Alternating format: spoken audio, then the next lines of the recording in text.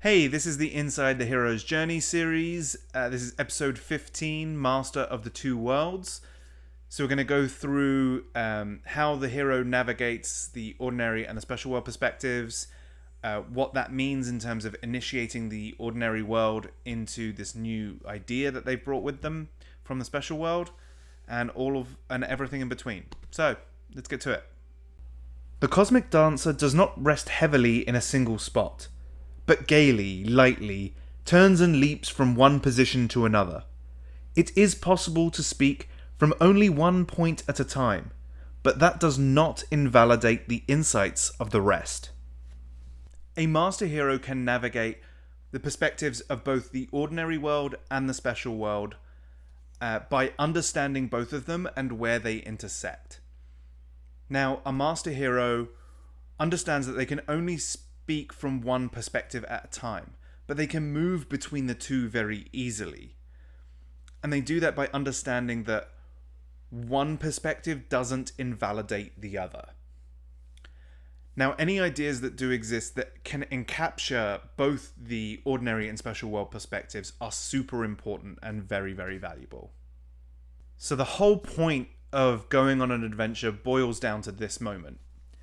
It's when the hero then is able to initiate others into what they've learned. People who perhaps aren't fully ready to understand the lesson, but are just made aware that it exists from the special world and how it can help the ordinary world.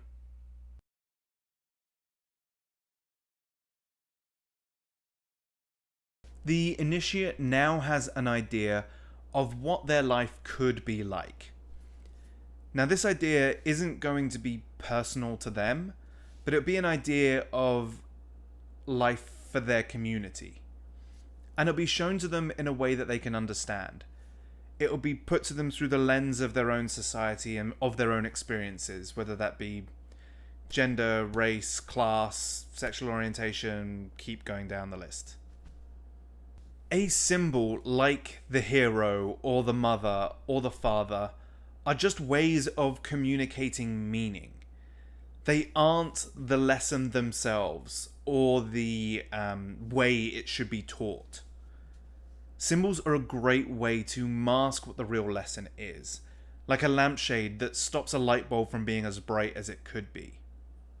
The problem of the theologian is to keep his symbol translucent, so that it may not block out the very light it's supposed to convey.